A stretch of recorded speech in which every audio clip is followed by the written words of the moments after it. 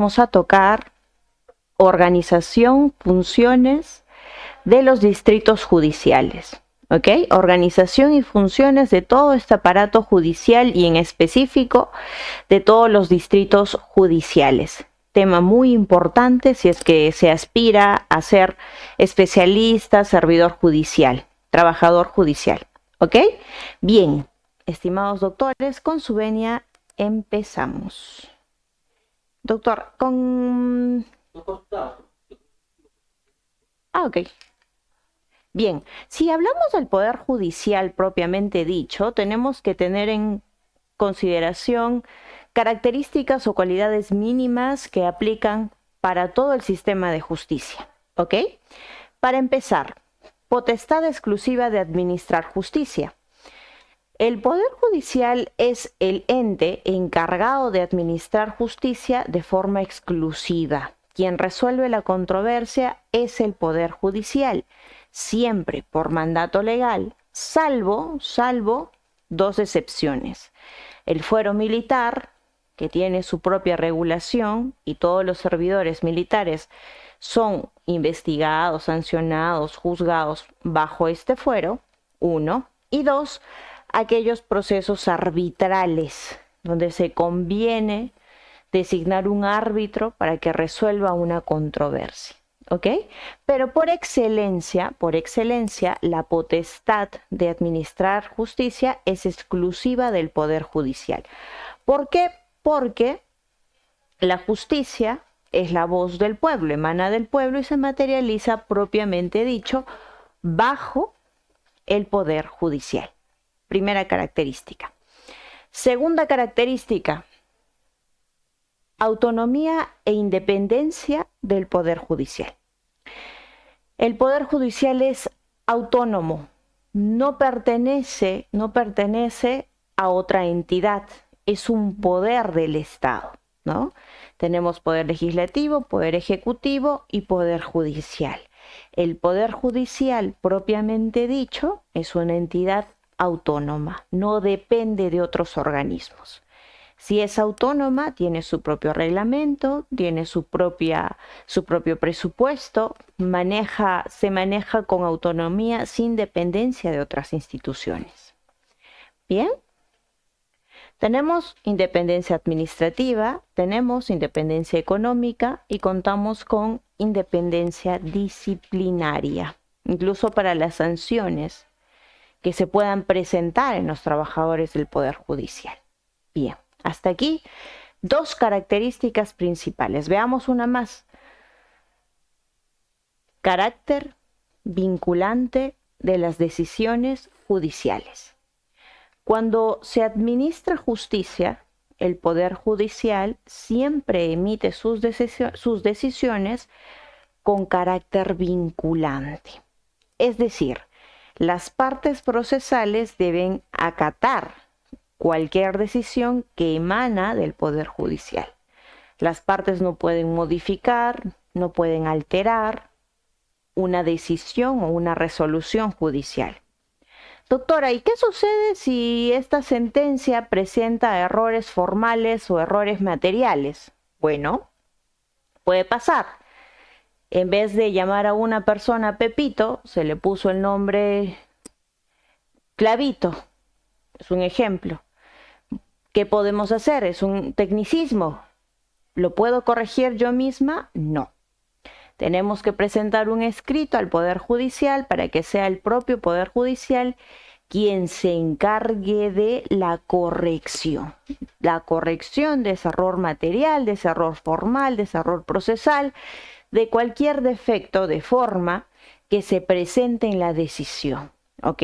Pero siempre es el órgano jurisdiccional quien se va a encargar de resolver, de subsanar, de enmendar esa decisión, ese error. Porque las partes no pueden modificar las decisiones judiciales. Doctora, pero es que esta sentencia está mal hecha y no me gusta. Sí, usted podría presentar un recurso de impugnación, un recurso de apelación, o el recurso que tenga a bien, pero propiamente dicho, usted no puede modificar una decisión judicial. es competencia exclusiva del Poder Judicial. ¿Ok? Ahora, este carácter vinculante de las decisiones nos genera la obligación de acatar y dar cumplimiento. No dejar sin efecto las decisiones, no modificar, no recortar, no retardar una decisión judicial. Veamos más características cuando hablamos de nuestro sistema de justicia.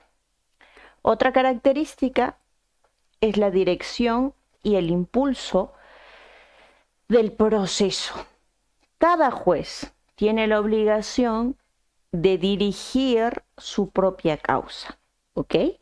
Cada magistrado ejerce la dirección de los procesos de su competencia y está obligado a impulsarlo salvo ley expresa, ¿ok? Bien. Cuando un proceso llega al Poder Judicial, estas causas son designadas de forma aleatoria a los magistrados.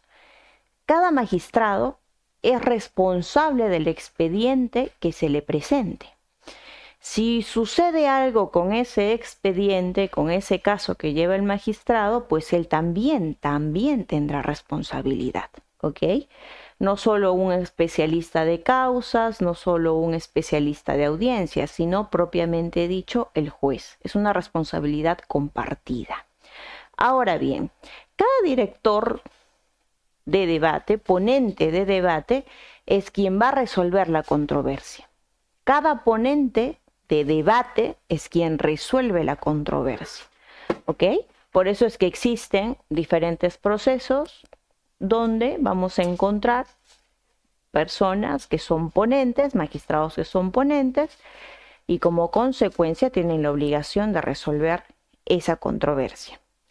Entonces, este juez debe brindar y velar por la dirección del proceso. Es decir, cada cierto tiempo se tienen que ir programando las diligencias. Las causas no pueden estar abandonadas porque es el juez quien tiene obligación sobre su dirección para su pronta resolución.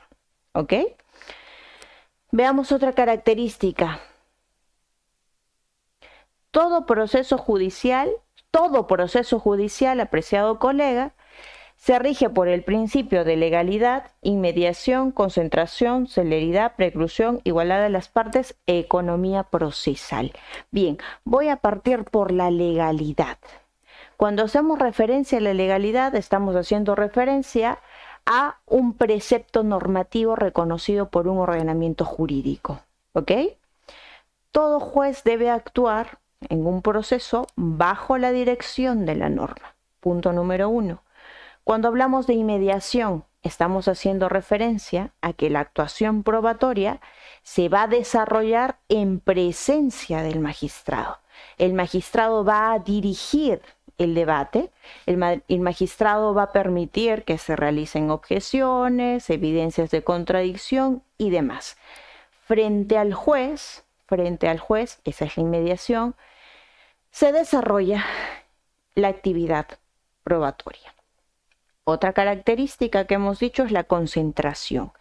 Siempre se apuesta porque el desarrollo de las causas, de los procesos, sean de forma concentrada, valga la redundancia, sean de forma sustancial, sean de forma puntual, que no dilaten la causa para asegurar un debido proceso y un plazo razonable. Celeridad va de la mano con plazo razonable. Claro, muchas veces no se cumple con la celeridad porque tenemos procesos que duran años de años, pero es una obligación judicial apostar por un plazo razonable, velar por un plazo razonable. Bien, también tenemos la preclusión. ¿Y a qué nos hace referencia la preclusión? Mire usted, cada fase procesal inicia y va culminando para iniciar con una segunda fase. Culmina y empezamos con otra fase. No se puede retroceder a presentar figuras procesales en fases que ya han culminado. Esa es la preclusión. Si hablamos de materia penal, la investigación tiene una fase. Culmina la investigación, empezamos la etapa intermedia, que es una segunda fase. culmina la etapa intermedia, empezamos la etapa de juicio, que es otra fase. Entonces, son fases diferentes que van precluyendo, que van terminando, que van culminando, finiquitando, ¿ok? Cada parte procesal, conforme a ley, prevé plantear figuras o absolver figuras, pero cuando culmina este plazo ya no hay marcha atrás por la preclusión, ya acabó la etapa de investigación. Doctor, señor juez, estoy en juicio, me he olvidado de realizar una investigación, un peritaje. Bueno, tuvo usted la oportunidad procesal para poder realizarlo, ya se encuentra precluido, ¿ok? Además de la preclusión tenemos la igualdad de las partes y la economía procesal. Igualdad de las partes. Tanto la defensa como el Ministerio Público deben ser tratadas con las mismas condiciones. Ambas partes tratadas con las mismas condiciones. ¿Okay? No puede haber favoritismos, no puede existir ventajas, no se le puede otorgar ventajas a alguna de las partes. Un juez tiene que ser imparcial. No puede ser un juez parcializado, inclinado hacia alguno de las partes. Bien, continuemos. Cuando hablamos del órgano judicial, ¿cuáles son los deberes y cuáles son los derechos de las partes procesales? Mire usted, es un deber de toda parte procesal, perdón, es un derecho de toda parte procesal poder acudir a un proceso judicial con un debido proceso, a la luz de la legalidad.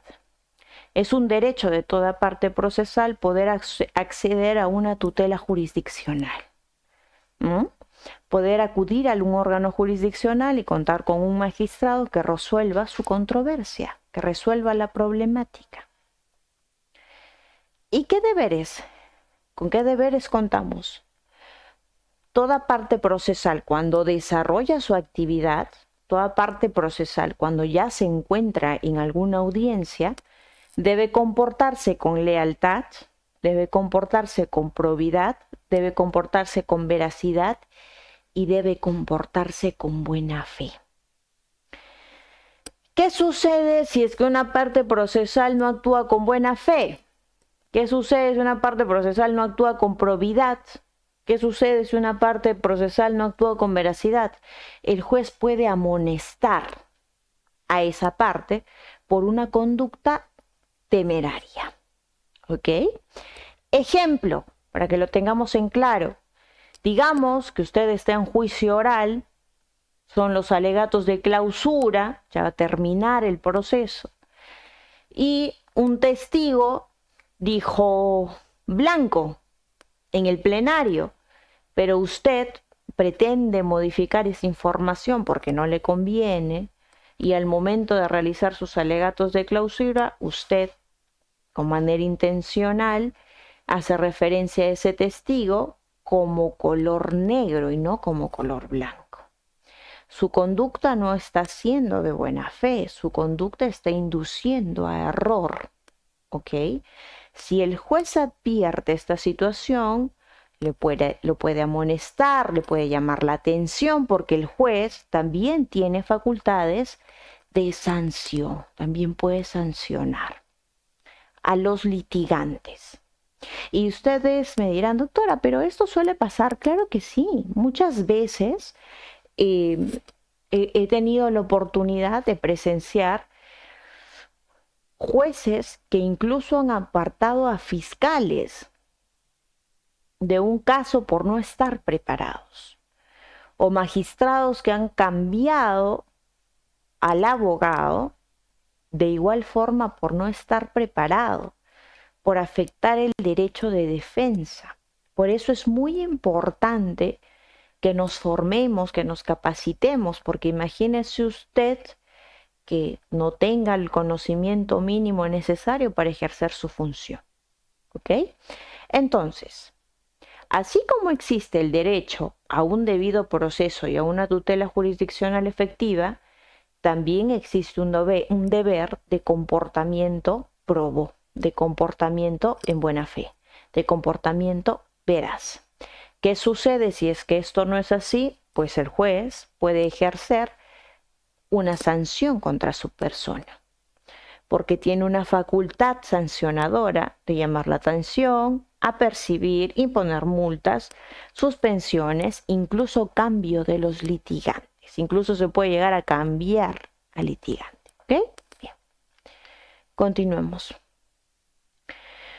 Otras características cuando hablamos del modelo procesal de cualquier audiencia que se desarrolle en el ámbito judicial, tenemos los principios de publicidad, y esto con la posibilidad de que las partes puedan controlar, observar el desarrollo del poder judicial para así controlar esa función judicial. ¿Okay? La publicidad nace como esa herramienta de control social, que las partes puedan acceder a las audiencias para que puedan conocer la predictibilidad, es decir, cómo resuelven los jueces la controversia, por eso es público, y dos, para que puedan controlar esa función de ese magistrado, cómo lo está desarrollando. Ahora, ¿todos los procesos son públicos? No, siempre hay excepciones. Ejemplo, aquellos delitos que se encuentran vinculados a la intimidad, a la indemnidad, que no pueden ser públicos, que se desarrollan de forma privada. ¿Ok? Bien, veamos otra característica. Cuando hablamos del Poder Judicial, siempre vamos a contar con una instancia plural. Es decir, usted no está conforme con ese juez de primera instancia. Bueno, usted puede apelar a una sala. ¿Usted no está conforme con la decisión del ADQEM? Bueno, podemos ir en casación para que lo revisen jueces supremos. ¿Ok? Pluralidad de instancias. Así como existe la falibilidad, porque podemos equivocarnos, somos falibles, somos humanos, entonces se habilita este derecho, se habilita esta potestad de impugnación, de apelación. ¿Ok? Es otra característica básica para estudiar al Poder Judicial, al órgano jurisdiccional y sus funciones. Supremacía de la Constitución. Otra característica, mire usted, todo magistrado, todo juez, cuando resuelva una controversia, siempre debe contar con la aplicación, con la preferencia de aplicación de la norma constitucional, porque existe supremacía constitucional. Es decir, si encuentro dos normas que pueden ser antagónicas en su aplicación para la resolución de la controversia, debo optar por aquella norma que se vincule a la Constitución, que sea coherente con la Constitución. Debo preferir aquel mandato que es coherente con la norma constitucional. ¿Ok? Es una característica que se desarrolla para el Poder Judicial. Además, todo órgano jurisdiccional siempre debe motivar sus decisiones. La motivación es una obligación. ¿Ok? Aquí no hay caprichos de un juez.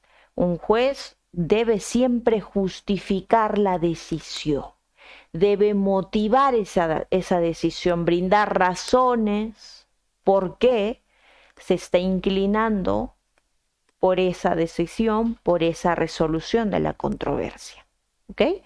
Tiene que aplicar inferencias, realizar argumentos, valoración probatoria que permitan motivar la decisión.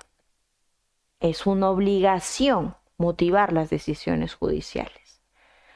Además, tenemos independencia jurisdiccional del magistrado. ¿Y esto qué quiere decir? Que ninguna autoridad Ni siquiera los supremos, los jueces supremos, pueden inferir en el criterio de otro juez. Absolutamente nadie puede interferir en el criterio de otro magistrado. Oiga, que yo soy juez supremo, usted es juez de paz, tiene que hacerme caso. No puede realizar esto. Oiga, que yo soy el presidente de la sala, entonces ustedes tienen que hacerme caso. No pueden. Porque cada juez, porque cada magistrado siempre actúa con independencia jurisdiccional. ¿Ok? Es su criterio, es su decisión, con el deber de motivación. Pero nadie puede obligarlo a asumir alguna posición. Es el propio juez quien decide qué posición asumir. Nadie puede obligarlo. Nadie puede obligarlo. Ahora bien, existe el carácter vinculante de la doctrina jurisprudencial. La Corte Suprema emite jurisprudencia vinculante, emite acuerdos plenarios, emite casaciones, que algunos de estos documentos tienen el carácter de precedente vinculante, es decir, de obligación, de aplicación obligatoria, de conocimiento obligatorio. Ustedes me dirán, doctora, pero este carácter vinculante de las decisiones jurisprudenciales no se contrapone con la independencia jurisdiccional de un magistrado. Claro, es una pregunta coherente, inteligente y lógica. Porque podemos tener, por ejemplo, una sentencia plenaria casatoria, hablemos de la sentencia plenaria casatoria 1/2017, que desarrolla el delito de lavado de activos, ¿ok? Digamos que tenemos una sentencia plenaria casatoria que en su resolución cuenta con fundamentos de aplicación obligatoria, con fundamentos vinculantes, ¿ok? Pero tenemos independencia jurisdiccional, es decir, un juez que motivadamente, con razones, con justificación, decide no aplicar esta sentencia plenaria casatoria. ¿Puede hacerlo o no puede hacerlo? Puede hacerlo.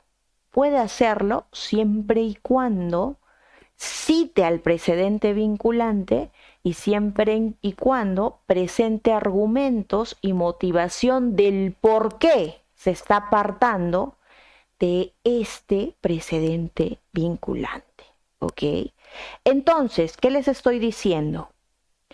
Que el carácter vinculante de la doctrina jurisprudencial no se contrapone a la independencia jurisdiccional de un magistrado. No son incompatibles. No son incompatibles por una sola razón, y es la motivación de la decisión.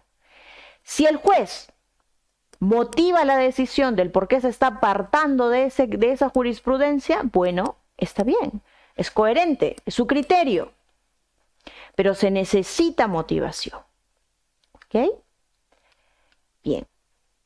Ya hemos visto principios y características generales de todo el sistema de justicia, pero a continuación, apreciado colega, vamos a ver cuál es la organización para luego ver las funciones del Poder Judicial, que es la clase que nos compete hoy.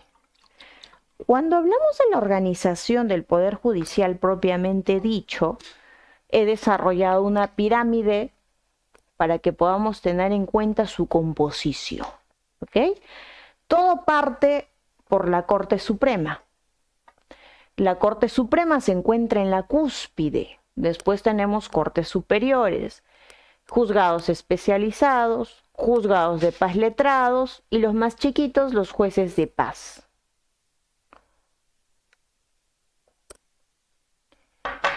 Bien.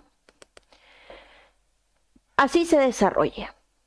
Desde los jueces con rango pequeño hasta los jueces con rango máximo en una pirámide para que pueda ser didáctico, para que se pueda entender. Hablemos de la Corte Suprema, ¿ok?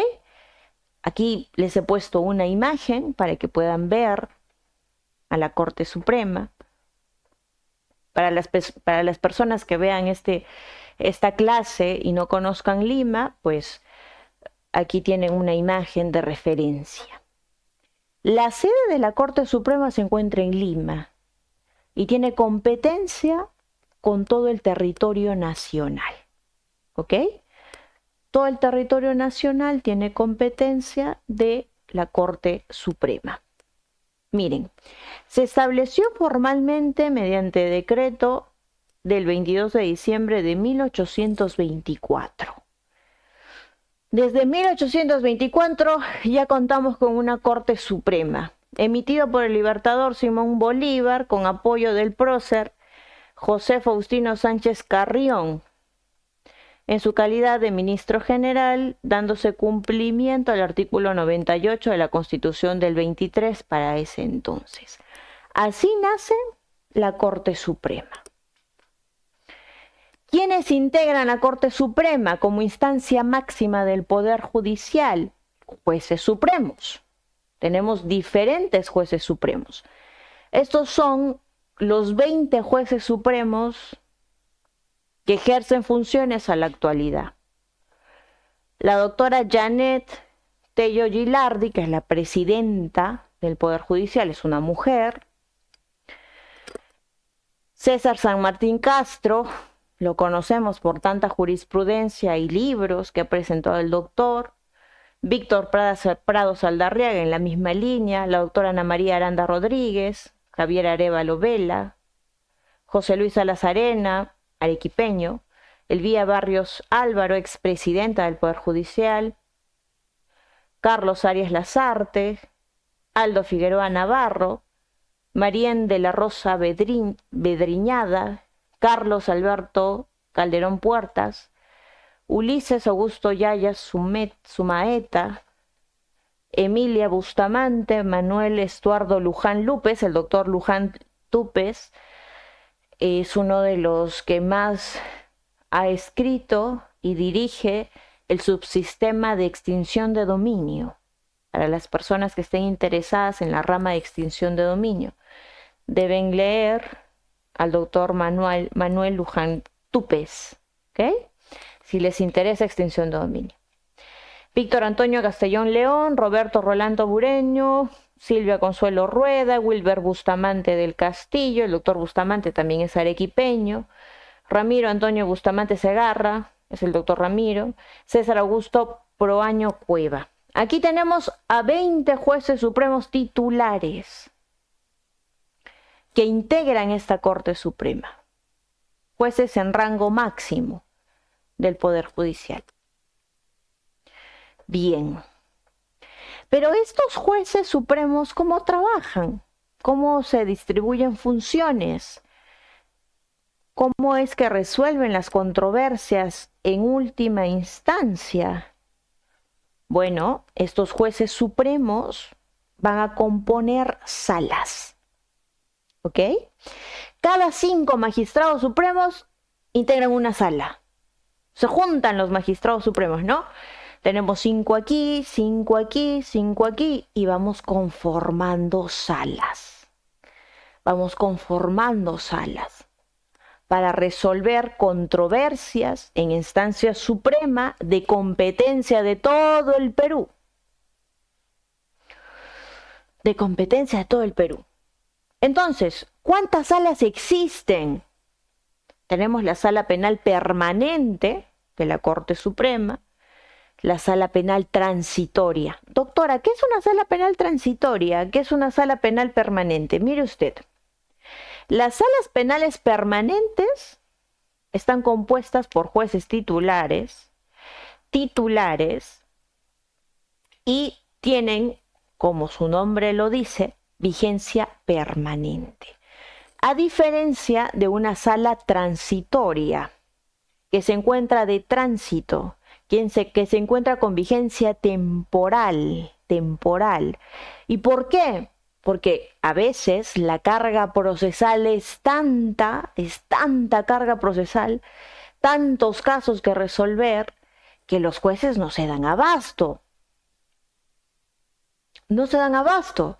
Y hemos dicho que una característica de todo sistema de justicia es el plazo razonable, es resolver la controversia lo antes posible para beneficiar a las partes procesales. Entonces, si tenemos mucha carga procesal y necesitamos aplicar plazo razonable, ¿qué podemos hacer si estos jueces titulares no se dan abasto? Ahí, solo ahí, se invita a participar a jueces supremos que también son transitorios, ¿ok? No son titulares, son transitorios, pero asumen este rol para poder coadyuvar a esa carga procesal, para poder resolver esas controversias. Entonces, contamos con salas penales supremas permanentes y salas penales supremas transitorias, creadas por la necesidad de resolver controversias. ¿Transitorias hasta cuándo? ¿Hasta cuándo van a estar vigentes? Bueno, hasta que se pueda reducir la carga procesal. ¿Ok? También contamos con salas civiles permanentes, con salas civiles transitorias, con salas constitucionales permanentes. Tenemos la primera sala constitucional transitoria, la segunda sala constitucional transitoria, la tercera sala constitucional transitoria, cuarta, quinta, y la sala penal especial. Sala penal especial porque va a haber delitos especiales, porque va a trabajar con delitos especiales. Es decir, esos delitos que son más complejos por su naturaleza. Ok, hemos dicho que tenemos jueces supremos titulares y jueces supremos provisionales, ¿ok? Provisionales para coadyuvar con la descarga procesal. Pero hace un momento mostramos a todos los jueces supremos y pudimos identificar que son 20 y que su composición por sala es de 5 magistrados.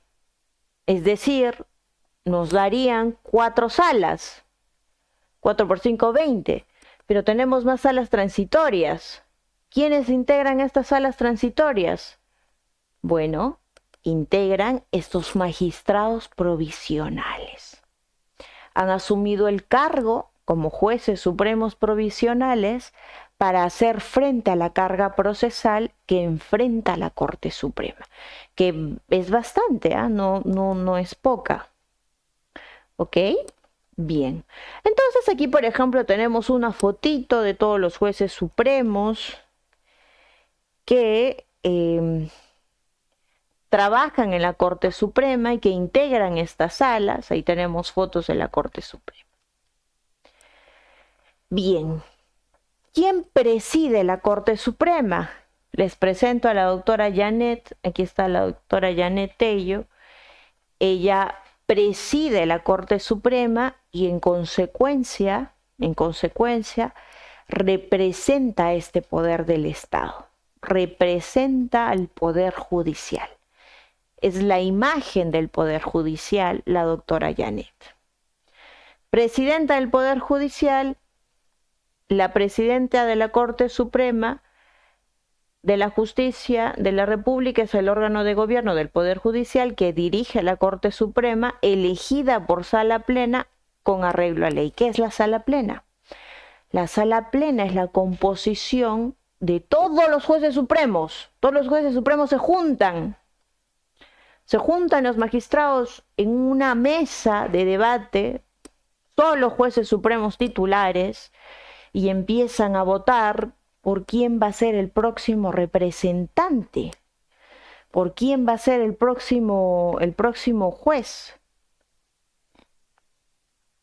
supremo que resuelva, que represente al Poder Judicial, y bueno, decidieron optar por la doctora Janet, presidenta de la Corte Suprema, y como tal, titular de uno de los poderes del Estado.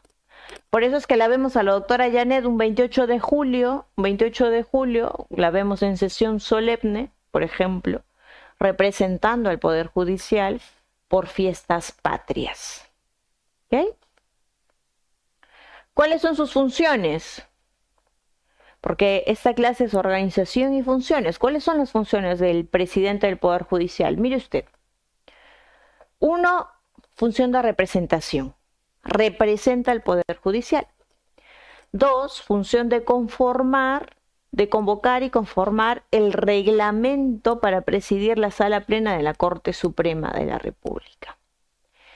Tiene un voto dirimente, es decir, si hay un empate, su voto es el voto decisorio.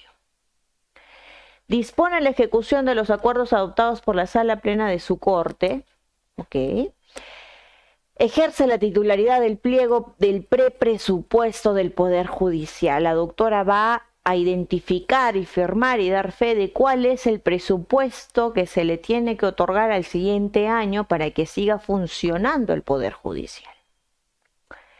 Designa a los jueces integrantes de las salas especializadas de la Corte Suprema, es decir, la doctora Janet va a mover a los jueces que van a ir rotando porque no son permanentes en una sala. Las salas van cambiando. Se van cambiando a los magistrados. ¿Ok? No hay permanencia en sala. Las salas, cada cierto tiempo, con el cambio del presidente o de la presidenta del Poder Judicial, se van modificando, se van intercalando los magistrados. Designa a los jueces supremos para cargos especiales y los demás que la ley señale. ¿Cuál es la competencia? ¿Cuál es la competencia cuando hablamos de la Corte Suprema? Es decir, ¿qué debe resolver la Corte Suprema? ¿Por qué uno llega a la Corte Suprema? Bueno, resuelve los recursos de casación. Todo recurso de casación que plantee un litigante o una parte procesal. ¿Ok? Además de resolver estos recursos de casación, resuelve contiendas de competencia entre jueces de distritos judiciales distintos. Es decir, contienda de competencia, un juez que afirma, este proceso debo verlo yo o este proceso debo verlo yo. Bueno, tenemos una contienda entre dos magistrados, ¿quién va a resolver? Si son superiores, la Corte Suprema. Además, observa consultas cuando un órgano jurisdiccional resuelve el control difuso. ¿Qué es el control difuso?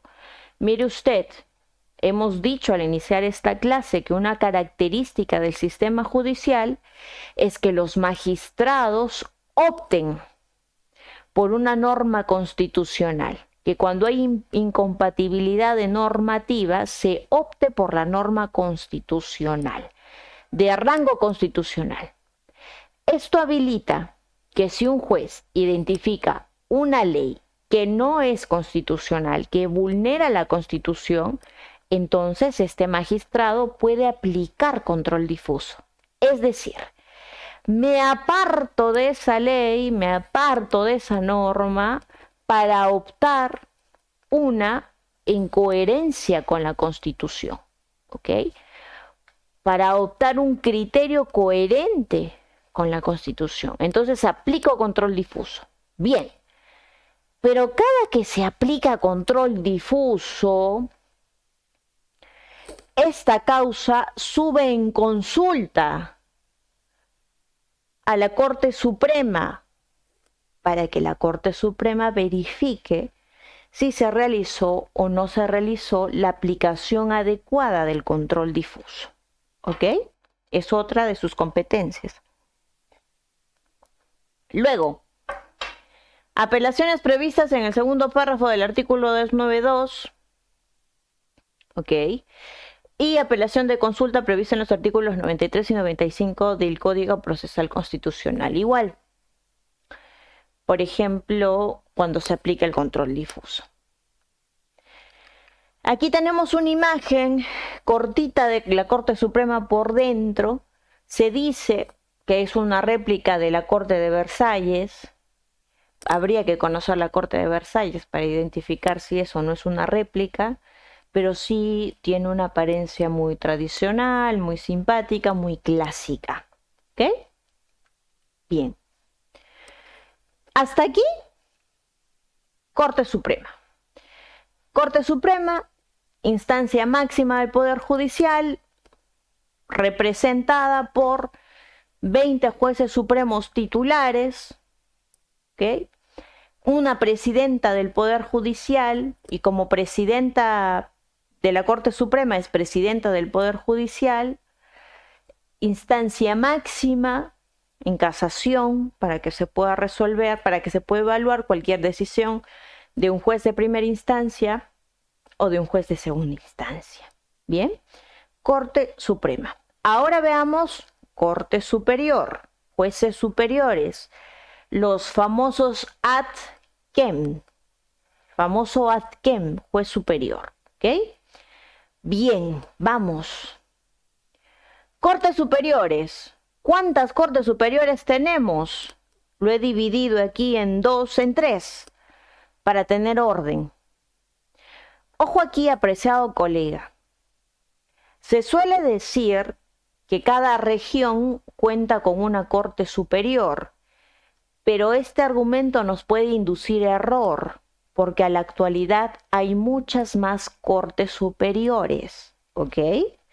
Entonces, este dato, para que lo tengan en cuenta cuando den su examen para ser servidor o trabajador del Poder Judicial o de la Fiscalía.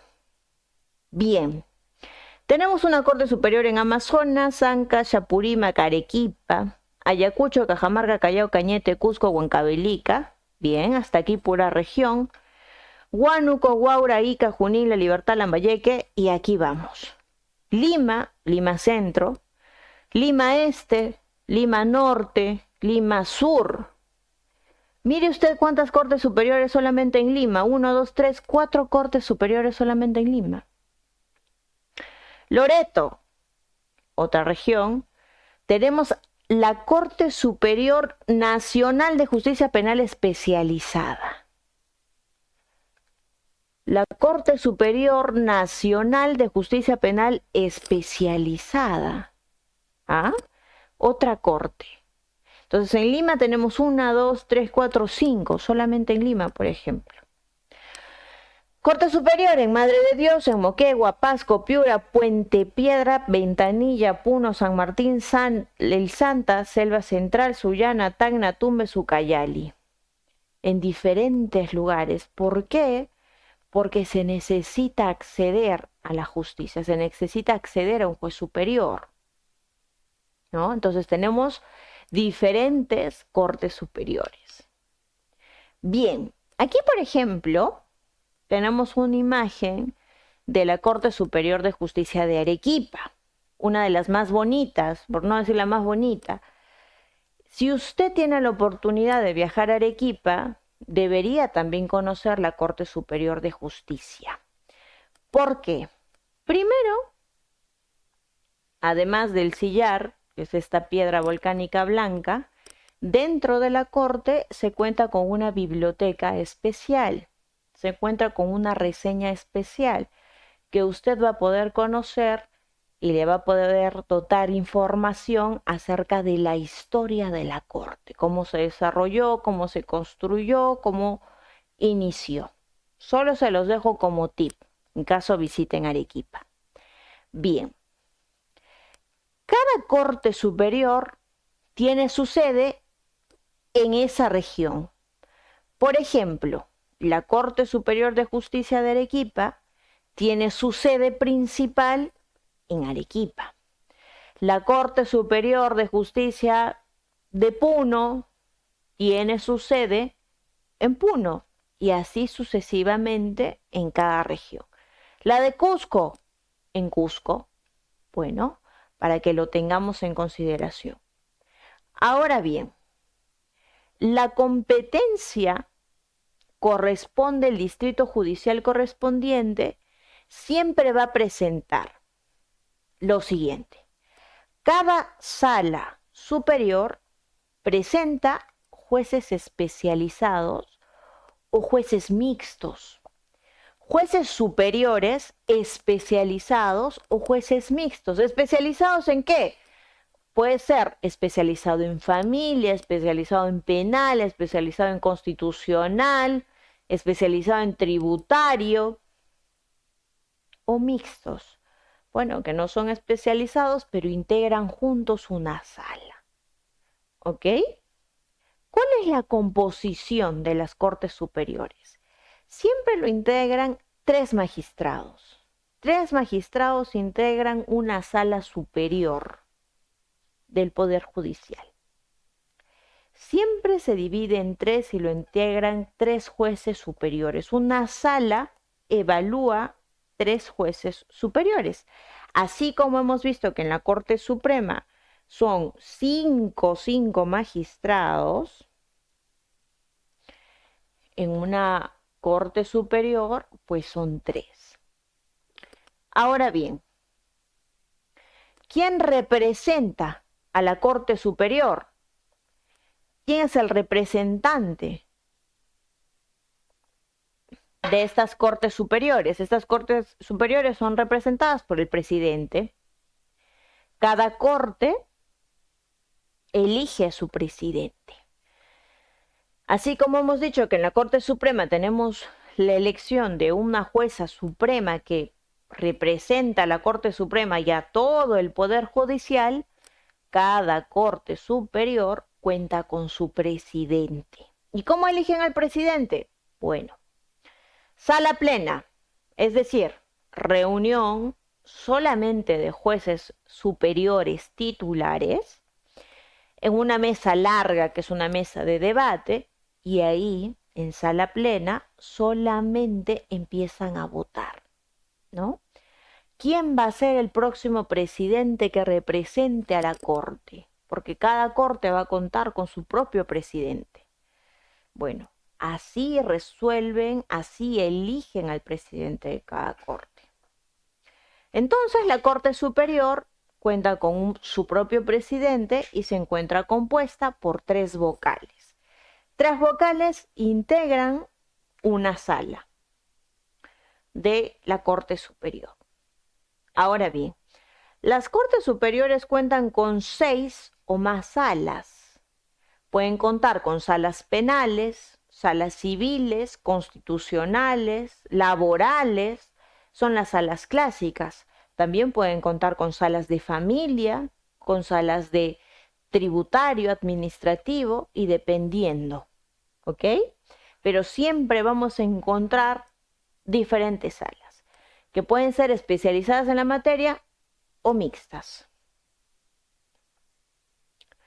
Ahora bien,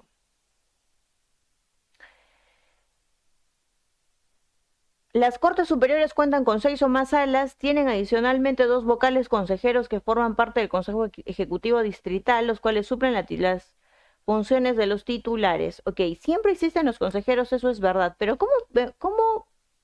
¿cómo podemos identificar esta situación? Con los jueces supernumerarios. Así como tenemos jueces titulares, también existen jueces supernumerarios.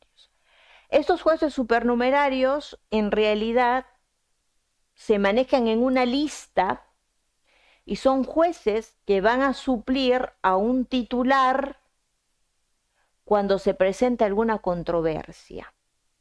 ¿Por qué? Porque puede pasar que este juez titular tuvo un accidente, puede pasar que este juez titular tuvo un caso fortuito, puede pasar que este juez titular tuvo una licencia de paternidad, maternidad. Entonces, las causas no se pueden quedar en el aire. ¿Quién entra a reemplazar esta función? Un juez supernumerario. El juez supernumerario ingresa en reemplazo. ¿Y cómo puedo ser juez supernumerario? Bueno, igual, hay que concursar. Cada Corte Superior suelta las bases de convocatoria para elección de jueces supernumerarios. Entonces se presentan los interesados y si ganan, integran una lista por orden de mérito, esta lista. Y en orden de mérito van llamando a los jueces supernumerarios para que puedan reemplazar a los titulares cuando se presente alguna controversia, un caso fortuito, cuando se necesite su presencia. ¿Bien? Ahora bien, aquí tenemos una fotito, por ejemplo, de un magistrado en un juzgado especializado o mixto. Bien, hasta aquí una corte superior. ¿Ok? Hemos dicho, vamos resumiendo, Suprema, 5 integrantes por sala, un presidente de la Corte Suprema, que también es presidente de todo el Poder Judicial. Luego, superiores, jueces superiores, integrados por cortes superiores, integradas por jueces superiores. ¿En dónde? En todas las regiones y además en otras que ya hemos precisado. ¿Cuántos integran? 3. También cuentan con su propio presidente, como lo eligen en sala plena. Corte Suprema, Corte Superior, y ahora veamos los juzgados especializados o los juzgados mixtos, es decir, los jueces de primera instancia. Vamos con los jueces de primera instancia, ¿ok? Para ir avanzando con esta clase el día de hoy. Bien, aquí tenemos a los juzgados especializados o juzgados mixtos. Aquí hay un juez, ¿no? Con su cintita blanca. Cinta blanca, juez de primera instancia. Cinta roja, juez superior. Cinta blanca y roja, juez supremo. De que sepa. Aquí tenemos a un juez unipersonal de un juzgado especializado o mixto. Bien, ¿cómo se compone? Tenemos jueces que integran colegiados o jueces que integran juzgados unipersonales. Un juez que integra un colegiado es aquel juez que está compuesto, es aquel órgano que está compuesto por 3 magistrados. El colegiado se compone por 3. El unipersonal se compone por 1 magistrado. ¿Ok? 3 y 1 en materia penal. Doctora, ¿y por qué? ¿Por qué hay colegiados y unipersonales? Bueno, porque la ley ha reseñado que hay casos complejos. Aquellos delitos que tienen como pena privativa de la libertad 6, mayor de 6, es un caso complejo que no lo puede ver un solo juez. Lo tienen que ver 3 magistrados. Por seguridad. Lo ven 3 magistrados. Doctora, pero es un caso que tiene prevista como pena privativa de la libertad menos de 6 años. Bueno, es un caso más simple, entonces puede verlo un juez unipersonal, un solo magistrado. No hay necesidad de que lo vean 3. Así se dividen los jueces especializados o mixtos de primera instancia.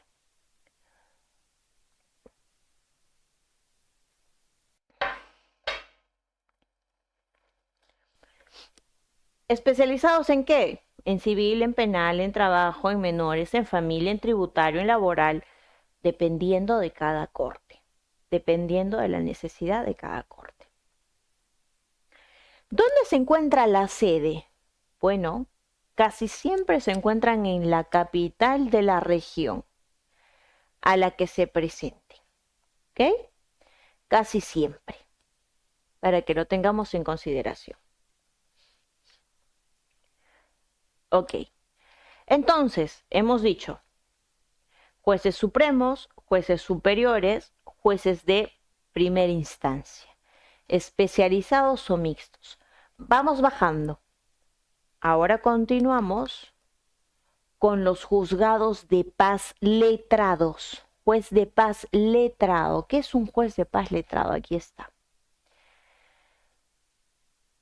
Los jueces de paz letrados son juzgados para conocer asuntos civiles, penales, laborales en los distritos que solos alcancen a volúmenes demográficos rurales urbanos y que sean necesarios por su población. Perfecto.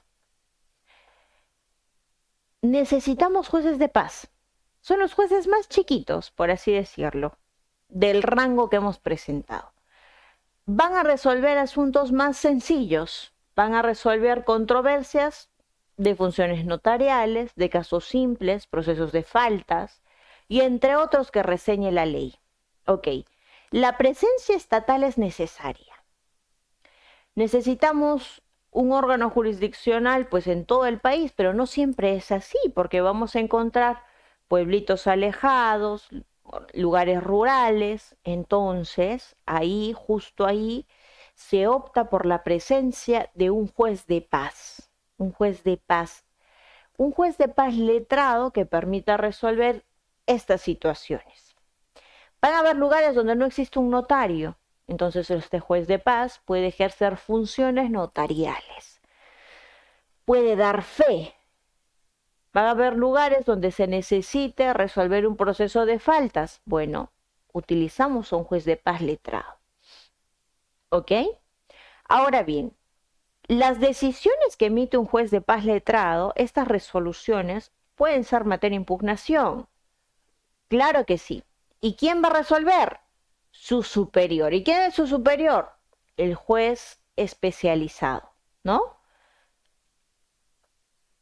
Las resoluciones de los juzgados de paz letrados y los juzgados de paz son conocidas en grado de apelación por juzgados especializados o juzgados mixtos. Entonces usted empieza así la escala, apelando esa decisión al superior inmediato. Estos son los juzgados de paz letrados. Bien. Ahora, así como hay zonas alejadas, también hay zonas que son aún más alejadas, donde casi no hay presencia estatal. ¿Qué hacemos si necesitamos resolver una controversia? Tenemos a los jueces de paz. Los jueces de paz, por excelencia, son elegidos como los mejores ciudadanos, ¿ok? Casi no tienen formación jurídica, pero es que también no realizan una función que sea compleja, realizan una función de conciliación básicamente. Ayudan a que las partes puedan conciliar, coadyuvan, incitan una conciliación entre las partes, incitan a las partes a conciliar cuando se presentan controversias. También pueden dar buena fe. Ven procesos sumamente simples, nada complejos. ¿Qué necesitan? Tener conducta intachable, ser buenos ciudadanos. La conducta intachable es una característica necesaria para cualquier servidor judicial. Tiene que ser probo, tiene que contar con probidad. Entonces, para estas zonas podemos contar con juzgados de paz. En todo centro poblado que se cuente con la presencia de cierta población que fije el Consejo Ejecutivo, se establece la existencia de jueces de paz como presencia estatal para la resolución de controversias. Y así, apreciados colegas, hemos visto cuál es el desarrollo, la composición del Poder Judicial. Corte Suprema, magistrados supremos, cortes superiores, el ATQUEM. Corte Suprema integran 5 jueces, una sala. Cortes superiores integran 3, una sala. Juzgados especializados o mixtos, que son el ACUO, también denominados ACUO, que pueden integrar, si son colegiado, 3 y si son unipersonal, 1. Juzgados de paz letrados, 1. Juzgado de paz, un magistrado. Y así se organiza el Poder Judicial. Esa es su composición. Ahora bien, veamos ya para ir culminando esta clase del sábado. Puede usted descansar. Le mostramos los órganos de gestión, ya para culminar esta clase. Hemos dicho que el Poder Judicial Ya hemos visto su composición. Pero también existen órganos de gestión. Los órganos de gestión, por ejemplo, son el Consejo Consultivo de la Presidencia del Poder Judicial, es decir, de la Corte Suprema. El Consejo Consultivo fue creado en el año 2017, el 6 de marzo, con el propósito de alcanzar objetivos trazados para esa gestión del año 2017 al año 2018. ¿Ok? ¿Qué funciones realiza este órgano de gestión? Mire, analiza y da a conocer puntos de vista sobre materias que puedan ser planteadas al Poder Judicial. Bien. Emite opiniones sobre aquellos temas vinculados al ejercicio de su función. Correcto. Propone adopción de medidas destinadas a mejorar la relación del Poder Judicial. Ok.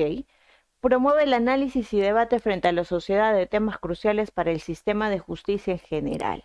Por ejemplo, concursos de litigación que estuvimos hablando en la mañana. Doctora, seamos más prácticos porque es sábado y estamos cansados. Bueno, aquí tenemos un flujograma que nos transmite la composición de este Consejo Ejecutivo del Poder Judicial. Tiene la Secretaría General, su asesoría legal, su oficina de cooperación y se divide en sus unidades.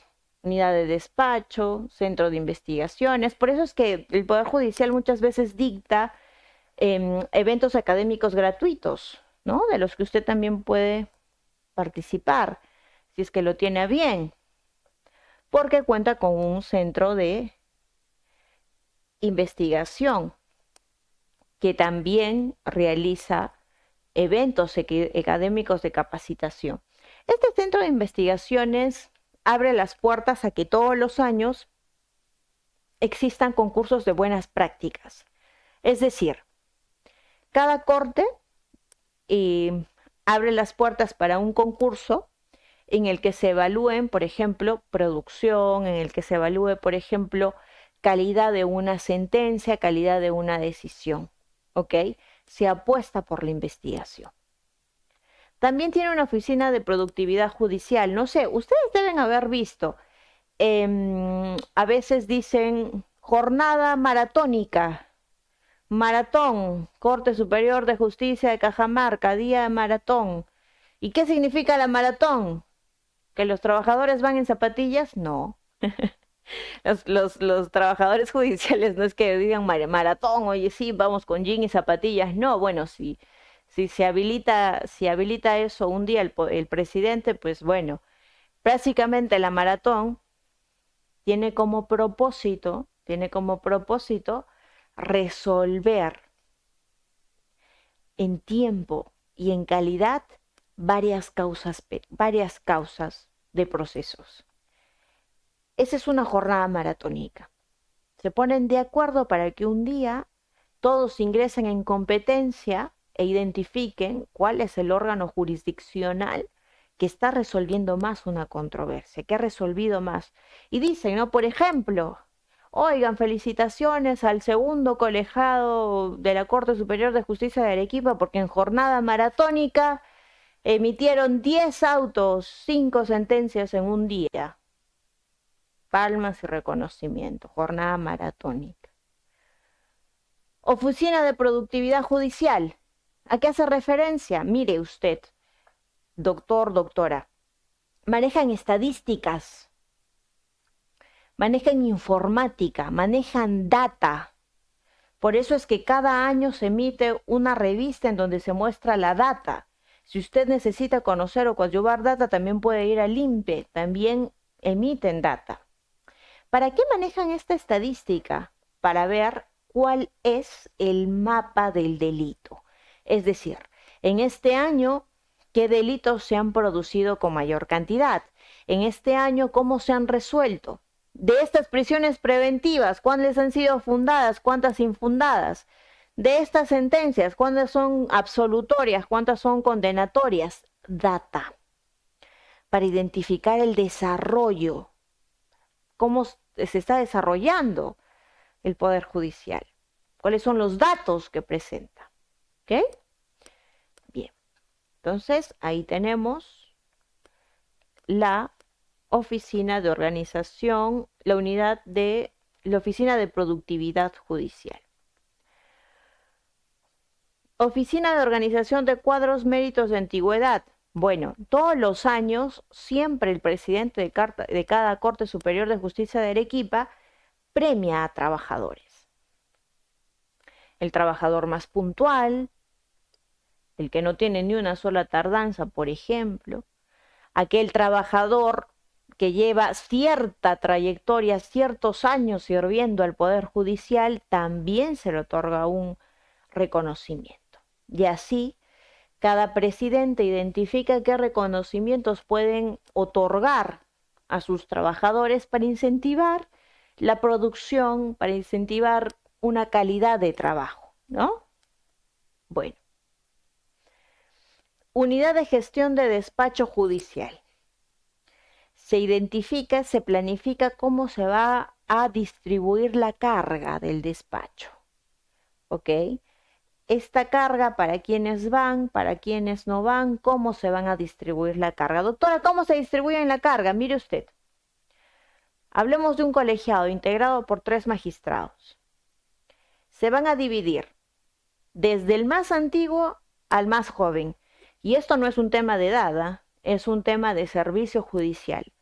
¿Quién tiene más años en la corte? A la izquierda. ¿Quién tiene menos años en la corte como juez? A la derecha.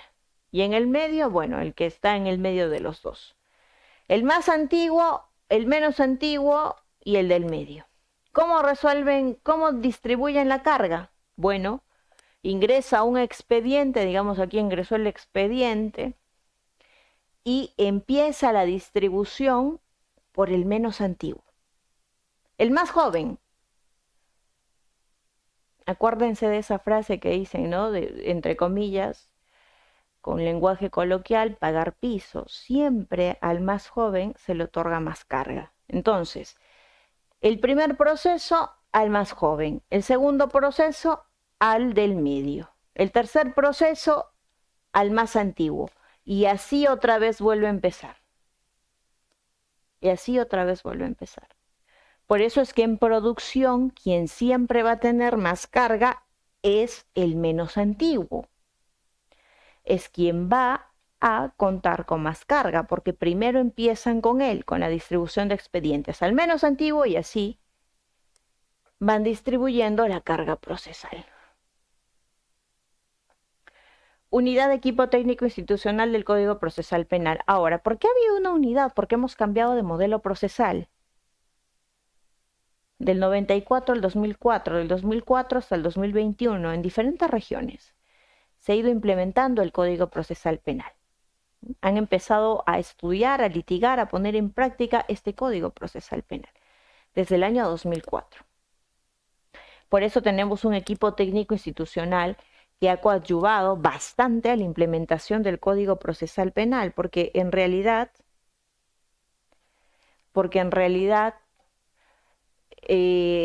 necesitamos capacitar a magistrados. En Lima lo tenemos desde el año 2021 en adelante, este Código Procesal Penal. Entonces, claro, necesitamos capacitación, experiencia, compartir entre distritos judiciales. Asesoría legal. Siempre se busca capacitación para el Poder Judicial. El Poder Judicial necesita entes que los puedan capacitar. Por eso es que casi siempre observamos, como dijimos hace un momento, congresos, eventos académicos organizados por el propio Poder Judicial.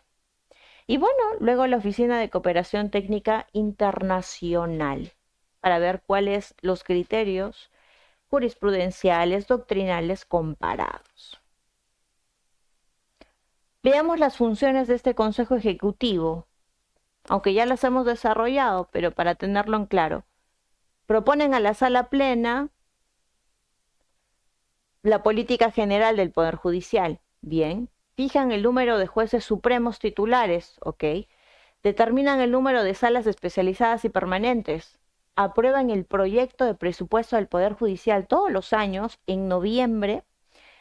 Y entre octubre y noviembre se define el presupuesto para el próximo año. ¿Cuánto dinero se le va a asignar al Poder Judicial para que el Poder Judicial pueda seguir ejerciendo sus funciones? Siempre se opta o se requiere un mayor presupuesto porque cada año tenemos más causas, más gente, más población, más necesidad. Velar por el respeto de las atribuciones y garantías del Poder Judicial, acordar el horario del despacho judicial de la Corte de todo el Poder Judicial, que normalmente el horario laboral es de 8 a 5 de la tarde con hora de almuerzo de 1 a 2 de la tarde. Aprobar el cuadro de términos de distancia, distribuir la labor individual por comisiones, absolver consultas, resolver en última instancia, fijar cuantías, emitir informes, supervisar la conservación y buen recaudo de los bienes, progresiva habilitación. Y con esta diapositiva ya culminamos para que podamos descansar este sábado, celebrar convenios, crear distritos judiciales, reubicar salas, adoptar acuerdos, aprobar reglamentos. Bien, apreciados colegas, hemos desarrollado toda la composición del Poder Judicial, su distribución y sus funciones para que podamos conocerlo, así como sus características mínimas. Muy agradecida por su atención el día de hoy. Mi nombre es Dayana Cruz. Pueden seguirme en mis redes sociales como Dayana Cruz Ibáñez y estoy presta para cualquier pregunta que pueda presentarse, doctor Fernando. Lo escucho. Muchísimas gracias, doctora, por Doctor Diego. esta magnífica ponencia. En esta medida vamos a pasar a la ronda de preguntas. Hemos tenido más de 360 personas conectadas en las distintas redes sociales viendo esta gran sesión académica. Y en esta medida pasamos con la primera pregunta. Doctora Lucía Mendoza nos dice: muchas gracias, doctora, por su claridad. Desde su experiencia, ¿cuál considera que es el principal desafío actual en la administración de los distritos judiciales en el Perú, más allá de la carga procesal? Doctora, le agradezco la pregunta. A ver, más allá de la carga procesal, herramientas de trabajo. La precariedad a veces en el sistema de justicia. A veces se necesita mucho material logístico para poder resolver una controversia. Una buena computadora que funcione bien, un buen internet que sea rápido, materiales físicos, impresiones, copias, libros para poder resolver. Entonces, a veces el presupuesto, propiamente dicho, no alcanza, ¿no?, para cubrir necesidades mínimas. Ese es un primer punto que creo yo puede calar en el sistema de justicia, porque si no tenemos herramientas buenas, luego no podemos tener insumos. Si no tenemos insumos necesarios, insumos buenos, luego también puede incidir o afectar en el resultado. Entonces, sí es importante poder contar con un presupuesto que permita garantizar herramientas mínimas de trabajo, más allá de la carga procesal. Perfecto. Bien, le agradezco la pregunta, doctor. Sí, adelante, doctor. Muchísimas gracias, doctora. La siguiente pregunta nos brinda doctor Javier Torres. Doctora, ¿cuál es la solución definitiva para la carga procesal extrema? Hay procesos que me demoran en resolver más de 2 años en primera instancia. Más de 2 años en primera instancia. ¿Cuál sería la forma de resolver la carga laboral? Bueno, necesitamos más personal de trabajo, ¿no? Es la verdad.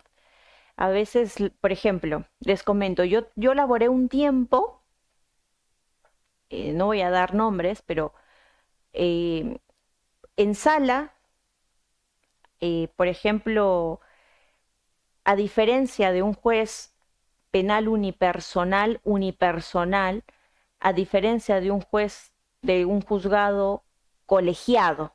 Ubiquémonos ahí. Primera instancia, juez penal unipersonal, a la derecha y a la izquierda, colegiado. Audiencias, 8, 9, 10, 11, 12. De 1 a 2 horario de almuerzo, ok. Otra vez, audiencias, 2, 3, 4, hasta las 5 de la tarde. ¿Cuál es la diferencia entre este colegiado y este juez unipersonal? Que este juez unipersonal dirige todas las audiencias, dirige a las 8, a las 9, a las 10, a las 11, a las 12, a las 3, a las 4, a las 5, el mismo juez. Y a cambio aquí, por ejemplo, en el colegiado, vamos distribuyendo.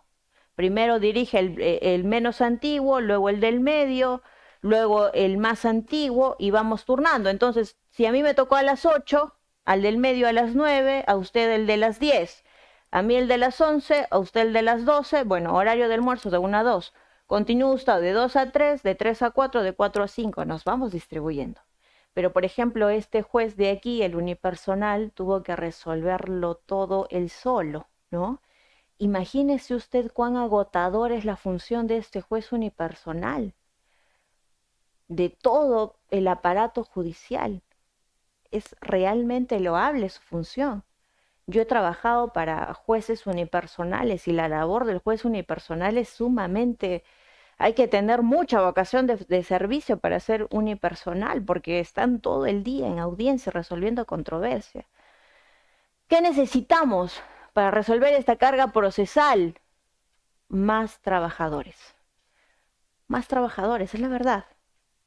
Es inhumano que una sola persona pueda resolver tantas controversias, ¿no? Necesitamos más, abrir las puertas, dar más trabajo para que ingrese más personal que haga frente a esta carga laboral. Es necesario contar con personal, con más personal que pueda coadyuvar con la carga procesal, es la realidad, ¿no? ¿Cómo vamos a exigirle a una persona que resuelva tantos procesos si materialmente es imposible? Mejor optemos por ampliar juzgados transitorios que permitan hacerle frente a esta carga procesal. Le agradezco la pregunta, doctor.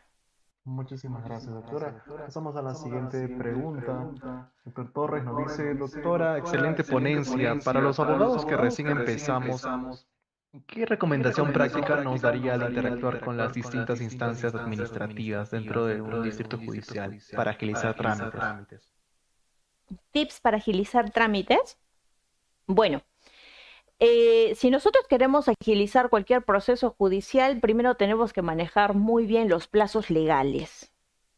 Y esto aplica no solo para el área administrativa, aplica administrativo, laboral, constitucional, para todas las ramas. Si usted maneja muy bien los plazos procesales, puede plantear controles de plazos. Porque sí, entendemos que hay mucha carga procesal, pero también se debe cumplir con el mandato legal. Y la propia ley prevé tiempos procesales, prevé plazos procesales. Entonces, si un juez se sobreexcede, podemos plantearle un control de plazos, ¿no? Para ir monitoreando, exigiendo nosotros, digamos que somos litigantes, exigiendo a ese juez que resuelva conforme tiene que resolver en el plazo que tiene que resolver. Eso podríamos hacer como un buen tip si recién estamos empezando a litigar y necesitamos que nuestros procesos se resuelvan en el tiempo previsto conforme a ley. Gracias por la pregunta, doctor.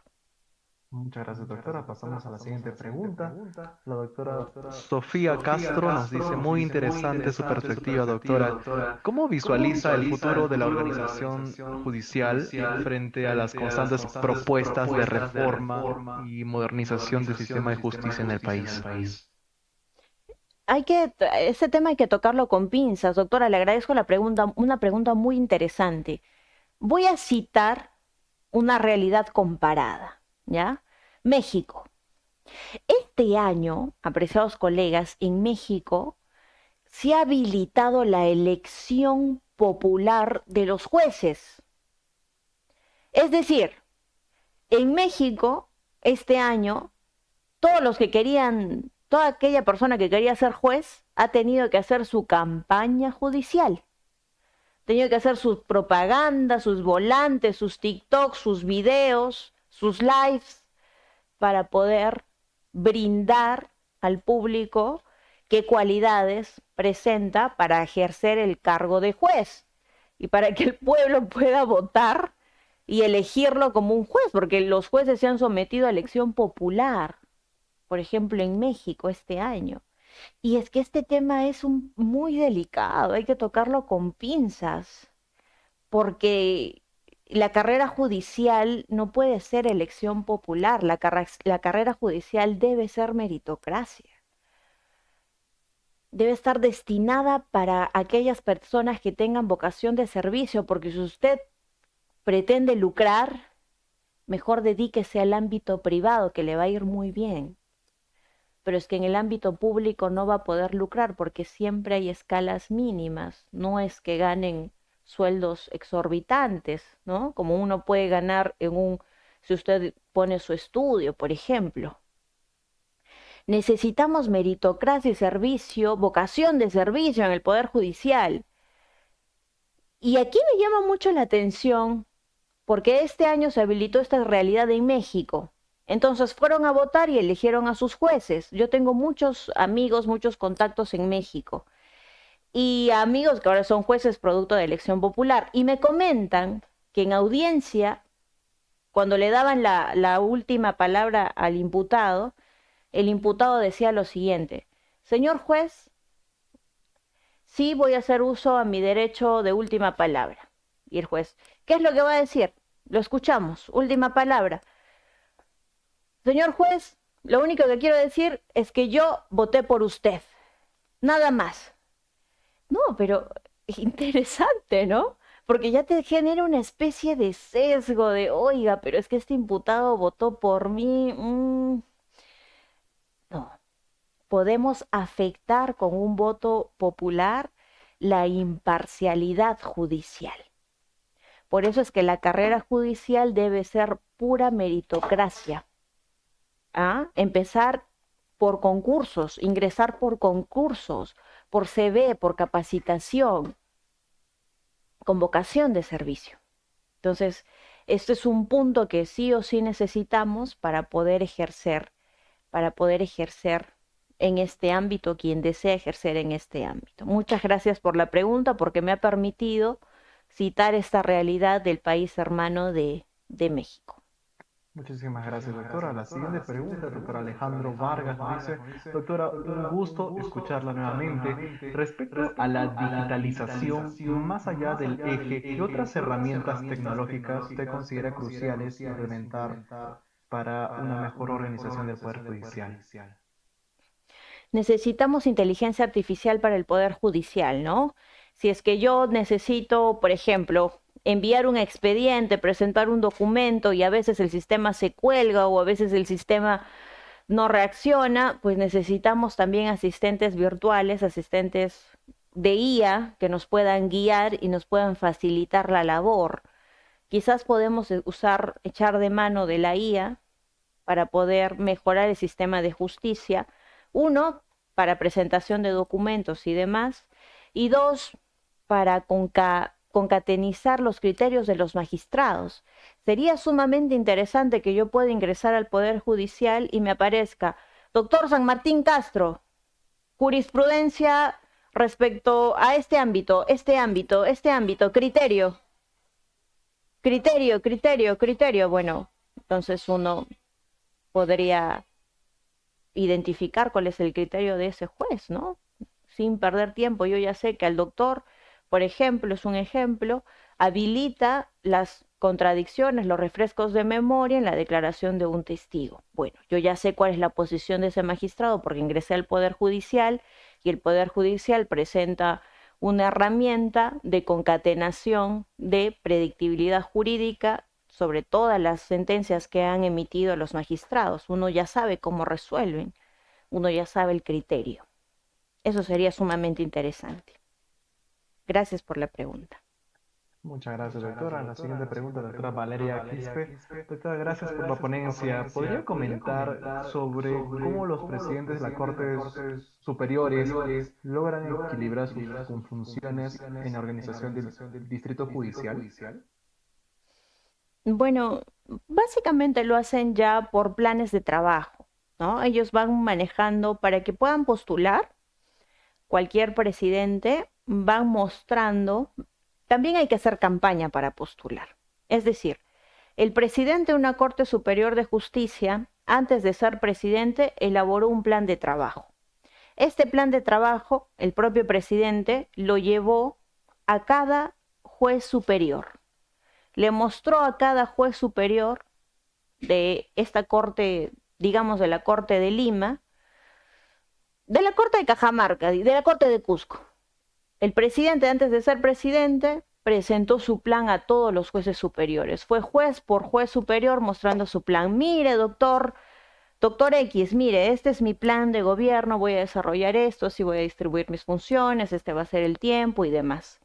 Entonces, en sala plena, para la elección, se juntaron en una mesa de debate todos los jueces superiores de Cusco.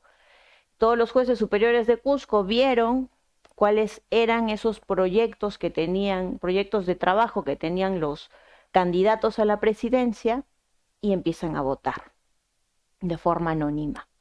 Votan en papelitos, luego una persona designada se encarga de ver, de contar y identifican al próximo presidente, ¿no? Ganó al próximo presidente. ¿Quiénes pueden elegir? Solo los titulares, los superiores titulares, no los supernumerarios, por ejemplo, ¿no? Eligen este presidente, pero ya este presidente asume y tiene que desarrollar ese plan de trabajo. Entonces, ¿cómo va a distribuir sus funciones? En base a este plan de trabajo, ¿no? De acuerdo a la necesidad de cada corte. Así va a desarrollar su plan de trabajo estratégico por los 2 años de periodo de gobierno que tenga, por ejemplo, este presidente. Esa sería la respuesta, apreciada doctora. Muchísimas gracias, doctora. Pasamos a la siguiente pregunta. Doctor Mateo dice, doctora, muy ilustrativa. En la práctica, ¿cuáles son los criterios técnicos que realmente pondera el Consejo Ejecutivo para la creación o modificación de los distritos judiciales? ¿Considera que falta más distritos judiciales? Perdón por interrumpir. Sí. Básicamente, como lo reseña la propia ley, es por criterios de población geográfica, de acuerdo a la cantidad geográfica que exista. Por eso también sirven los censos, ¿no? Ahora que están censando a diferentes personas. ¿Necesitamos más? Yo creo que sí. La presencia estatal es sumamente necesaria y entre más descentralizado esté, pues mejor para que cualquier ciudadano pueda acceder a la justicia y no sea una traba acceder a la justicia. ¿Qué necesitamos para esto? Bueno, estudios sociológicos, empíricos que nos muestren la realidad de la data del delito, ¿no? ¿Cuáles son esas zonas rojas? Por ejemplo, ahora que estamos sufriendo tanto problema de extorsión y demás en el norte, en Lima, pues quizás hasta por la necesidad podemos tener fiscales especializados, jueces especializados o crear nuevas áreas de flagrancia o una nueva área específica solamente para delitos de extorsión, mientras le hacemos frente a esta realidad tan problemática, ¿no? Sí, va a depender siempre de la realidad. ¿Cuál es la realidad social? Y en base a la realidad social, pues hacerle frente a la situación. La idea es descentralizar. La idea siempre es apostar por la descentralización para que todos puedan acceder a un sistema de justicia. Le agradezco la pregunta, doctor. Muchas gracias, doctora. Vamos ahora a las preguntas de otra red social. Aquí doctor Tani nos dice, doctora Dayana Cruz, buenas tardes. ¿Cuántos distritos judiciales tiene el Perú? Pregunta brillante. Aquí lo tengo. No lo he contado, vamos a contar juntos, ¿ya? Para ver cuántos son exactos. Porque a veces inducen error, dicen, son los mismos que los departamentos. Mentira, no son la misma cantidad. Porque, por ejemplo, tenemos la Corte Superior Nacional de Justicia Penal Especializada. Ah, esto no es una región, ¿ya ven? 1, 2, 3, 4, 5, 6, 7, 8, 9, 10, 11, 12, 13, 14, 15, 16, 17, 18, 19, 20, 21, 22, 23, 24, 25, 26, 27, 28, 29, 30, 31, 32, 33, 34, 35, 36. Si no he contado mal, parece que son 36 cortes superiores en todo el Perú. ¿Ya ven? No son 24. Tenemos 36 cortes superiores en todo el Perú. Aquí me voy a mover un poquito para que puedan tomarle una foto a esta diapositiva y les pueda servir, la puedan utilizar. Entonces, si están en Lima, por ejemplo, tienen la Corte Superior de Lima Este, la Corte Superior de Lima Norte, la Corte Superior Nacional de Justicia Penal Especializada y así sucesivamente. Quizás necesitamos Cortes Nacional de Justicia Penal Especializada en Chiclayo, que hay bastante extorsión, en Trujillo, La Libertad, que hay bastante extorsión, otra quizás en Lima, dependiendo, ¿no? Dependiendo de la data del delito. Gracias por la pregunta. Muchísimas gracias, doctora. Doctor Wilfredo Castañeda nos dice, doctora Dayana, ¿cómo se afrontan los procesos en vacaciones? Gracias por la respuesta y felicito a la ponente. Uno piensa, doctor, que en vacaciones el Poder Judicial también está de vacaciones, pero no es así. En vacaciones, le comento, se integran siempre juzgados transitorios de vacaciones, juzgados transitorios de primera instancia, incluso una sala especial para las vacaciones. Entonces, se ve, a ver, ¿cuáles son todos los trabajadores del Poder Judicial? ¿Quiénes van a salir de vacaciones en febrero? Por excelencia, las vacaciones son en febrero.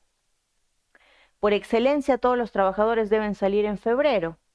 Pero nadie los puede obligar a que todos quieran salir en febrero. ¿Qué tal si un trabajador decide quedarse a trabajar en febrero para luego utilizar sus vacaciones en otro periodo del año?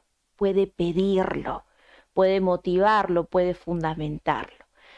Entonces, este trabajador que ha decidido no salir en febrero, sino salir en julio de vacaciones, se queda a trabajar en febrero. Y este trabajador va a integrar como trabajador en la sala o como trabajador en primera instancia de vacaciones. Se reduce, ya no tenemos la misma cantidad de salas, ya no tenemos 5 salas, no, solo tenemos una. Ya no tenemos 5 juzgados de primera instancia, no, solo tenemos uno. Pero tenemos trabajadores porque el sistema de justicia no se puede quedar en el aire. No, hombre, imagínese usted, como dicen los mexicanos, no, no, hombre, imagínese usted que el Poder Judicial se quede sin trabajadores en el mes de febrero. ¿En qué nos convertiríamos? Necesitamos trabajadores. Entonces, ¿quiénes lo componen? Esos servidores que no han decidido no salir en febrero de vacaciones, sino en otro periodo, pues ellos componen. ¿Y quiénes más? Doctora, ¿qué sucede si todos los trabajadores de la Corte de Cajamarca quieren salir de vacaciones en febrero porque en febrero son los carnavales? ¿Qué sucede si todos quieren salir de vacaciones? Bueno, vemos quienes no tienen récord laboral. Es decir, si yo firmo hoy día un contrato de trabajo con la Corte Superior de Justicia de Cajamarca, al año de trabajo recién accedo a vacaciones. Antes del año de trabajo no puedo acceder a ese beneficio. Entonces no tengo récord vacacional. Quiere decir que para febrero, por más que sean los carnavales de Cajamarca, no tengo récord laboral y me tengo que quedar a trabajar. Entonces, estos trabajadores que no tienen récord laboral se quedan justo en el periodo de vacaciones. Y doctora, ¿qué sucede en el peor de los casos? Que todos quieren salir de vacaciones en febrero, que todos los trabajadores tienen récord laboral, es decir, todos van a salir en febrero. Entonces, ¿qué sucede? Bueno, el administrador, en coherencia con el presidente del Poder Judicial, tendrá que nombrar una nómina de jueces y servidores que se queden a laborar. Que se queden a laborar. ¿Por qué? Porque el Poder Judicial no se puede quedar en el aire. Necesita seguir funcionando. Ya no en la misma cantidad, es cierto, pero sí en menos cantidad. Esa sería la respuesta. Perfecto, doctora. Pasamos a darle al doctor Raúl Vargas el uso de la palabra. Por favor, recuerde, doctor, las preguntas deben ser conforme al tema planteado y de forma concreta. Por favor, le estamos dando el pase en este momento para que realice su pregunta. Muy buenas tardes, doctora Dayana, muy buenas tardes a todos. Tenía unas interrogantes. Una afirmación se había colocado en el chat. Entiendo que el anfitrión la eliminó. Decía lo siguiente, ¿no? Que en la Corte Suprema no solo alberga jueces supremos, ¿no? Sino que también forman parte de ella jueces especializados. Quería saber si usted está de acuerdo con esa afirmación. Lo otro es un tema que usted mencionó ante las preguntas que le hicieron, ¿no? Que se necesita mayor personal, se necesita inversión en logística, también se mencionó el tema de la inteligencia artificial. A grandes rasgos se podría decir que en todo caso que se necesita mayor presupuesto, entonces estamos diciendo que se necesita mayor dinero. Y la tercera pregunta, oiga usted, es ¿por qué menciona tanto al departamento de Cajamarca? Muchas gracias y mucho gusto por la ponencia. Voy a empezar por la última respuesta, apreciado doctor. Pues no lo sé, sinceramente se me vino a la mente la Corte Superior de Justicia de Cajamarca, pero puede ser la de cualquier otro distrito, no sé, Junín, Arequipa, Tacna, Moquegua y demás. ¿Ok? No hay ninguna inclinación al respecto. Ahora, las salas supremas, por ejemplo, mire, dice sala penal especial. ¿Qué quiere decir? Que sí existen jueces supremos que tienen que ser especializados en esta materia, en este rango, para poder resolver. Estas son las salas que a la actualidad, me voy a hacer un lado para que puedan tomar la fotito, estas son las salas que hasta hoy, octubre del 2025, integran la Corte Suprema. Y así como tenemos permanentes, tenemos transitorias, y así como hay transitoria, también tenemos una sala penal especial, que va a haber solamente ciertos tipos de delitos en específico. La siguiente pregunta creo que era sobre el presupuesto. La voy a responder con esta diapositiva que tenemos por aquí. Bueno, no aparece la diapositiva. Aquí está. Bien. Por ejemplo, antes de aprobar el presupuesto propiamente dicho, tenemos que hacer un análisis de cuáles son las necesidades que presente cada corte, cuál es la necesidad que presente el propio Poder Judicial en sí. ¿Necesitamos mayor presupuesto, un tema de dinero? Personalmente considero que sí. ¿Por qué? Porque creo que es la mejor forma de hacerle frente a la carga procesal. Primero, habilitando más puestos de trabajo para que puedan acceder más ciudadanos, que sería en beneficio de la sociedad brindar más trabajo. Y dos, facilitar a las partes procesales que sus casos puedan ser resueltos en un plazo razonable, más ágil, más coherente, más pertinente. Creo que ya con esto absuelvo las 3 preguntas del doctor. Muchísimas gracias por su participación. Muchísimas gracias, doctora, por su respuesta. Pasamos ahora a la última pregunta, me parece por la red de Facebook. Doctor David Sánchez nos dice, doctora, un gusto saludarla. Considerando la diversa geografía del Perú, ¿y qué estrategias específicas se implementan normalmente los distritos judiciales en esas vastas zonas rurales? Muchas gracias. He visto usualmente que lo que suelen hacer son campañas de la justicia a tu acceso, nombres similares. Pero ¿qué es lo que hacen? Bueno, convocan a personal del Poder Judicial, incluso uno que otro magistrado, y arman una especie de campaña, ¿no? En zonas rurales, zonas alejadas.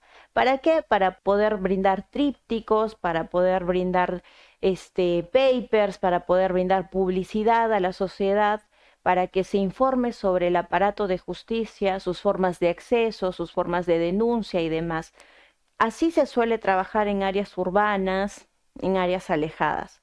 Ahora, un tema muy interesante sería tratar el cómo se maneja el sistema de justicia con comunidades campesinas, cómo se maneja el sistema de justicia con comunidades nativas, ¿no? Con el idioma aymara, con el quechua propiamente dicho. Entonces, esa pregunta sí no la puedo absolver porque no tengo especialidad en la materia, pero tengo entendido que utilizan traductores para que pueda el sistema de justicia también llegar a comunidades campesinas que no manejen bien el castellano, que no manejen bien el español y que puedan comprender. Por ejemplo, en Arequipa teníamos un intérprete, ¿no? Que incluso se caracterizaba muy bien, utilizaba plumas, vestimenta para poderle dar confianza a cualquier persona de una comunidad nativa campesina que quiera preguntar acerca de cómo se accede a un sistema de justicia. Va a depender de cada corte en específico, va a depender de la ideología y la política que maneje el presidente, pero sí es necesario brindar facilidades de acceso. Sí es necesario brindar facilidades de acceso. Muchas gracias por la pregunta, apreciado doctor. Muchísimas gracias, doctora, por su respuesta. Eso sí, todas las preguntas de esta sección, una sesión bastante interesante. Y en esta medida, felicitamos a la doctora Dayana Cruz Ibáñez por esta magnífica ponencia denominada La organización y funciones de los distritos judiciales. Doctora, algunas últimas palabras, por favor, para despedir esta sesión. Sí, le agradezco mucho a la familia Yurispe y a ustedes, apreciados colegas, un sábado pesado en la tarde conversando sobre el Poder Judicial. Gracias por su tiempo, gracias por su atención. Mi nombre es Dayana Cruz y conmigo hasta una próxima oportunidad. Bonita tarde para todos y buen fin de semana. Muchísimas gracias. Muchas gracias, doctora. Hasta luego, muy buenas tardes. Asimismo, estimados participantes, les agradecemos por haber estado presentes en esta sesión. Recuerden que todo el material académico de la presente ponencia se encuentra en el aula virtual de juris.p para que ustedes puedan descargarlo sin ningún inconveniente. Hasta luego, muy buenas noches. Buenas tardes.